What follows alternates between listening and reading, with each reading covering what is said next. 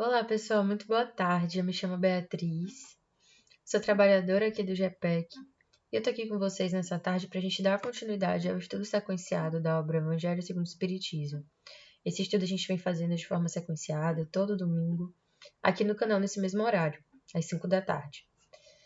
No dia de hoje a gente vai estar falando ainda do item, ou melhor, ainda do capítulo 9, no item 8, lá na parte de instrução dos espíritos. Então a gente vai falar hoje de obediência e resignação. Antes da gente começar, eu proponho um momento breve de prece para que a gente possa sintonizar nossas mentes com a espiritualidade amiga que está aqui agora conosco nesse momento. Então, eu convido aqueles que se sentem confortáveis para fechar os olhos, respirando fundo, que se sentem de maneira mais confortável possível na cadeira, onde quer que estejam. Vamos agradecer pela presença dos espíritos amigos, bondosos, aqui ao nosso redor nesse momento.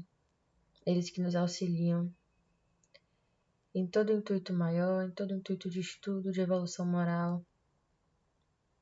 Vamos agradecer também pela presença e permanência do nosso anjo guardião, aquele espírito amigo que cada um de nós tem, que permanece conosco ao longo de toda a nossa vida, aqui encarnados. E vamos pedir a ajuda e a permissão para que esse estudo de hoje seja útil, seja claro, nos traga tranquilidade, nos traga ânimo para seguir nos próximos dias. Que assim seja. Bom, como eu citei, a gente vai estar falando hoje, do capítulo 9, Bem-aventurados aqueles que são mansos e pacíficos. E a gente vai estar falando do item 8, Obediência e Resignação. Vou realizar a leitura e aí logo após a gente vai fazer a nossa conversa, a nossa reflexão acerca do que foi lido. Então vamos lá. A doutrina de Jesus ensina sempre a obediência e a resignação, duas virtudes companheiras, muito ativas da doçura, embora os homens erroneamente as confundam com a negação do sentimento e da vontade. A obediência é o consentimento da razão e a resignação é o consentimento do coração. Ambas são forças ativas, pois carregam o fardo das provas que a revolta insensata não suporta. O covarde não é uma criatura resignada, assim como o orgulhoso e egoísta não é uma criatura obediente. Jesus foi a encarnação dessas virtudes desprezadas pela antiguidade materialista. Veio no momento em que a sociedade romana agonizava, destruída pela corrupção. Veio fazer resplandecer no seio da humanidade, moralmente enfraquecida, os triunfos do sacrifício e da renúncia carnal. Cada época é, assim, marcada com a característica da virtude ou do vício que a devem salvar ou perder. A virtude da vossa geração é a atividade intelectual. Seu vício é a indiferença moral. Digo que é apenas atividade intelectual, pois o homem de gênio, o homem de inteligência superior, como tem aqui conceituado, ele se eleva de repente e descobre sozinho os horizontes que a multidão só verá muito depois dele, enquanto a atividade é a reunião dos esforços de todos para atingir um objetivo menos brilhante, mas que comprova a elevação intelectual de uma época. Submetei-vos ao impulso que vimos dar aos vossos espíritos. Obedecei à grande lei do progresso, que é a palavra da vossa geração. Infeliz do espírito preguiçoso, daquele que fecha seu entendimento. Infeliz, pois nós, que somos os guias da humanidade em marcha, o atingiremos com o chicote e forçaremos sua vontade rebelde com a duplação do freio e da espora.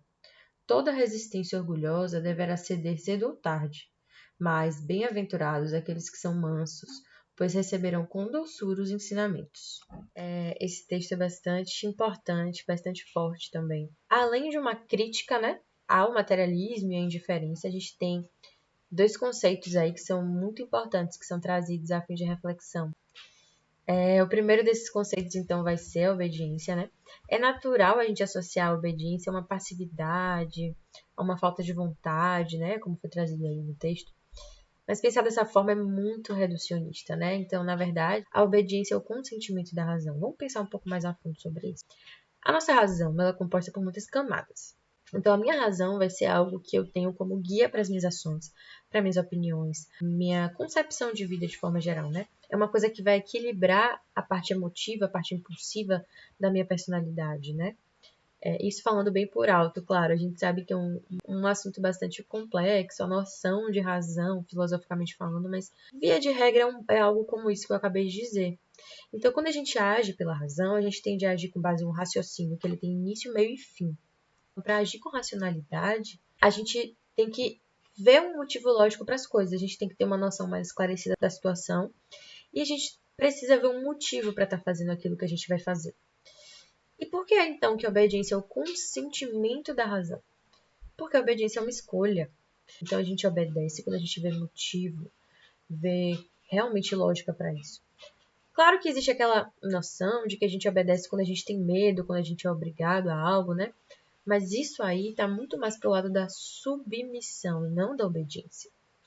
Então, muito diferente da submissão, a obediência, né, por ser uma escolha, ela implica em a gente fazer algo, tomar uma decisão, uma atitude, que a gente entende que faz sentido para a gente.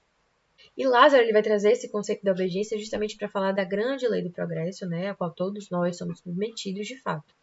Lá no Livro dos Espíritos, na parte terceira, Kardec vai trazer uma explicação mais aprofundada não só sobre as leis morais, mas especificamente também sobre a lei do progresso. E aí ele traz para a gente justamente que a lei do progresso é uma condição da natureza humana e que não está no poder de nós, seres humanos, negar essa lei.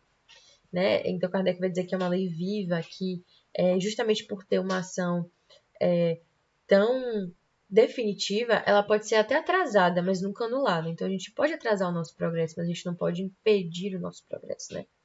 E como a gente sabe também, toda vez que a gente se afasta das leis morais, que são as leis divinas, nós somos chamados ao reajuste pelos mecanismos da lei divina. Então, isso é uma condição que é obrigatória da humanidade, né? E é justamente essa forma de funcionamento que nos faz evoluir, né, ao longo das encarnações. É esse funcionamento universal que nos faz evoluir ao longo das encarnações. Inclusive, logo mais a gente vai falar mais um pouco sobre por que esse tópico foi trazido por Lázaro nessa mensagem, né? Primeiro de tudo, a gente tem que lembrar que esse aspecto de compreensão, né? A gente precisa se abrir para compreender essa lei de progresso. Não só o estudo, mas também a reflexão. A reflexão diante daquilo que a gente vive, diante daquilo que a gente vê, ouve. São atividades que são importantes para que a gente enxergue com o máximo de clareza possível quanto essa lei do progresso é realmente algo importante, é inegável. Quando a gente usa a racionalidade, a gente consegue perceber e enxergar que a lei do progresso está bastante presente, não só na situação do dia a dia, mas também nos relatos históricos, também no nosso pensamento lógico e filosófico. Quando a gente entende isso, a gente escolhe, naturalmente, viver focando em evoluir, em nos melhorarmos, em não repetir nossos erros, então, em agir sempre em prol, não só do meu melhoramento, mas também do melhoramento do próximo, né?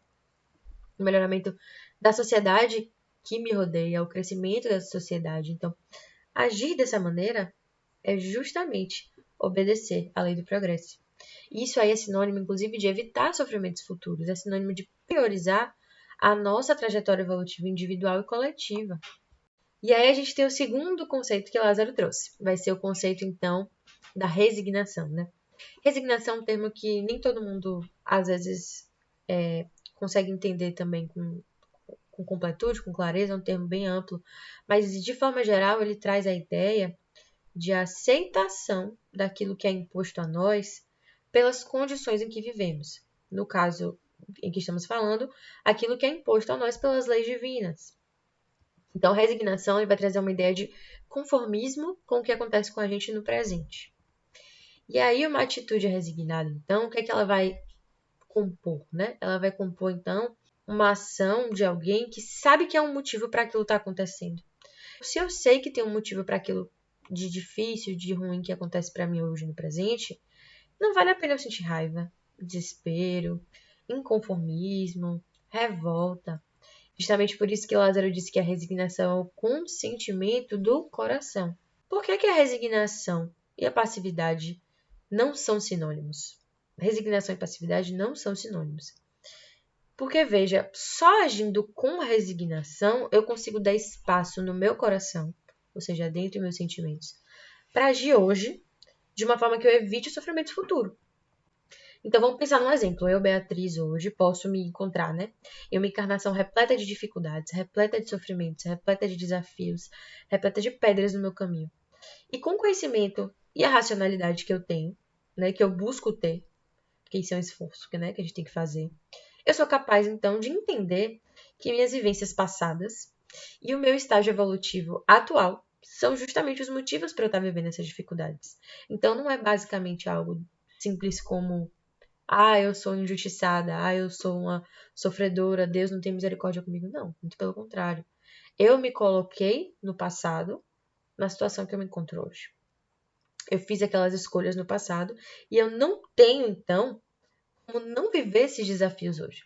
Então, justamente por conta disso, por conta de eu enxergar isso, não faz sentido eu cultivar ódio, revolta, né, esse inconformismo todo. Isso é resignação.